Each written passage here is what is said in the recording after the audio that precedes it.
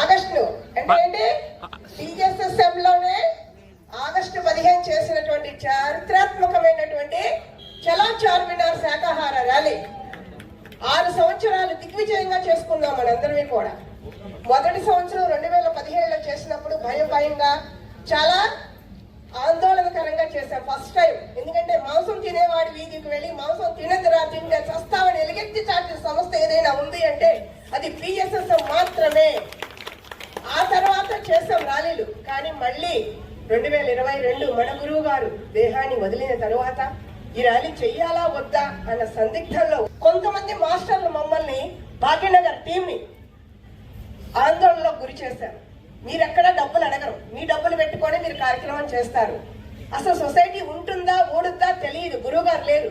అలాంటి సమయంలో ఇంత పెద్ద ఏర్పాట్లు 10,000 మందికి ఏర్పాట్లు చేస్తున్నారు. రాకపోతే ఏమవుతారు? అప్పులు పాలవుతారు.